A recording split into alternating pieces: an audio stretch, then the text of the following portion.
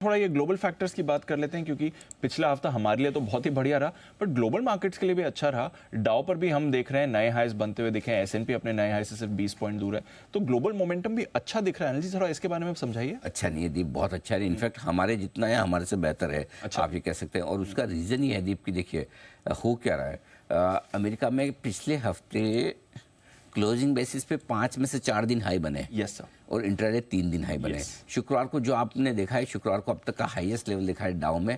और आप ये भी देख सकते हैं कि क्लोजिंग बेसिस पे भी हाई बनता हुआ दिखा है। अच्छी बात है कि नेस्डेक भी अब रिकवर होता हुआ दिखा है, तो डाउ के साथ साथ नेस्डेक में भी रिकवरी आती हुई दिख रही है। 200 पॉइंट की तेजी नेस्डेक की भी काम की है। अब क्यों हुआ है वो कुछ चीज़ें समझने लायक है। सबसे पहला, पर्सनल कंजम्पशन एक्सपेंडिचर का जो डेटा आया है वो उम्मीद के मुताबिक आया है। लोगों का अनुमान था कि 2.5% के आसपास पर्सनल कंजम्पशन एक्सपेंडिचर आएगा, वही आया कि यानी कि ये इकोनॉमी का ये एक डेटा बढ़िया है। दूसरा, कंज्यूमर स्पेंडिंग जो है वो वहाँ पर 6 महीनों की ऊंचाइयों पर है, यानी कि लोग खर्चा कर रहे हैं, इकोनॉमी में ग्रोथ है। ये दूसरी बढ़िया चीज़ जो आती हुई दिखी है। तीसरी चीज़ जो है, गोल्डमैन सैक्स जो जानी मानी एफआई ब्रोकरेज है, उसने अमेरिका की तीसरी तिमाही की जीडीपी का अनुमान बढ़ाया है। 2.5% का था वो 20 बेसिस पॉइंट बढ़ाकर उन्होंने 2.7% किया, यानी कि अमेरिका में ग्रोथ और बेहतर होती दिखेगी।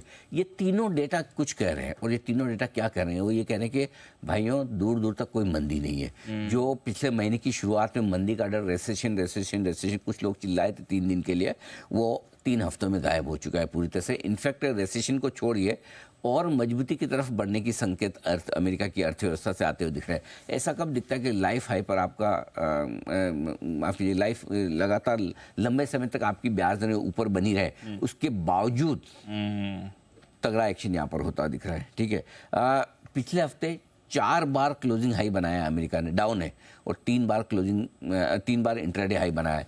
ये अमेरिकी बाजारों की मजबूती दिखा रही है। तो मुझे नहीं लगता कि इससे ज़्यादा, इससे बेहतर कोई संकेत अमेरिका में हो सकता है। हाँ, एक और कई लोग इस सिचुएशन को 2007 की सिचुएशन से कंपेयर कर भी रहे हैं कि उस समय भी इसी तरह का माहौल था, इसी तरह से ब्याज दरें घटना शुरू हुई थी। लेकिन दीप, अगर सही हो जाए तो कंपैरिजन सही है, नहीं तो अब तक का तो ट्रैक रिकॉर्ड हमेशा ये रहा है, जब जब भी महंगाई बढ़ी है, जब जब भी ब्याज दरें बहुत ऊंची रही है, तब तक कब लाइफ हाई बने, तब तो हम हमेशा अमेरिका खड्डे में ही गए। इस बार तो आप देखिए 40 साल की ऊंचाइयों पर हमने ब्याज अमेरिका की महंगाई देखिए 8.5-9% तक अमेरिका में महंगाई, ब्याज इतने लंबे समय तक ऊपरी लेवल पर कभी बनी नहीं है।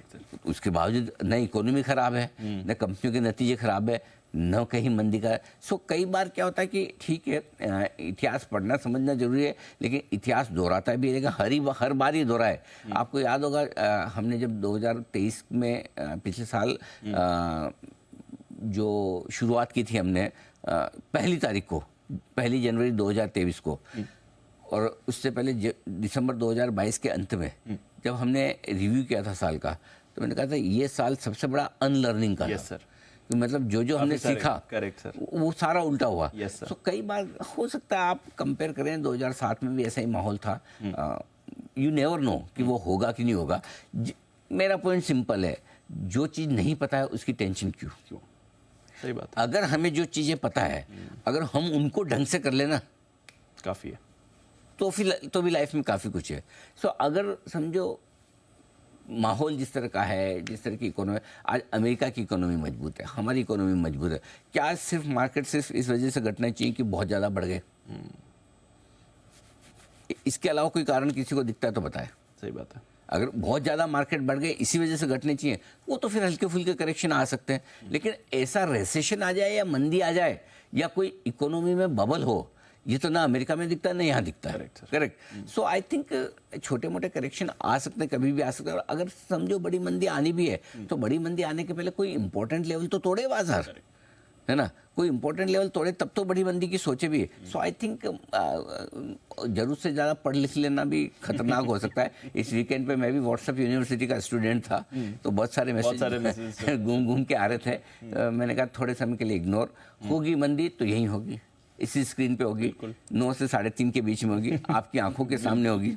बिल्कुल ठीक है, आप कभी टॉप पे नहीं बेच पाएंगे और वो संभव भी नहीं है। टॉप पे तो एक ही ट्रेड होता है ना, करेक्ट है ना, करेक्ट। सो वो संभव भी नहीं है। लेकिन आपको रीजनेबल एग्जिट तो मिलेगा, इतना तो अपने आप पे और मार्केट में आपको कॉन्फिडेंस रखना रखना चाहिए, पड़ेगा। बाकी जो होगा देखा जाएगा। So I think one at a time. अभी तक तो आज तो सुबह शुरुआत करने के लिए अगर आप आंख बंद करके ईश्वर से कुछ मांगे कि मुझे अच्छे ग्लोबल संकेत चाहिए, तो इससे ज़्यादा वो बढ़िया दे नहीं सकते। नहीं दे सकते। सो फर्स्ट क्लास है, all is well in America. इससे बढ़िया बात ये भी है कि आज छुट्टी भी है। हाँ, नाइस कुछ लॉन्ग नहीं वीकेंड होने वाला। Americans, labour day weekend enjoy. उनका। लेबर डे उनका। ओहो, हमारे हिंदुस्तान के सारे लेबर्स की तरफ से आपको शुभकामनाएं। जी चलिए, अमेरिका से तो अच्छे संकेत आ रहे हैं। अच्छा,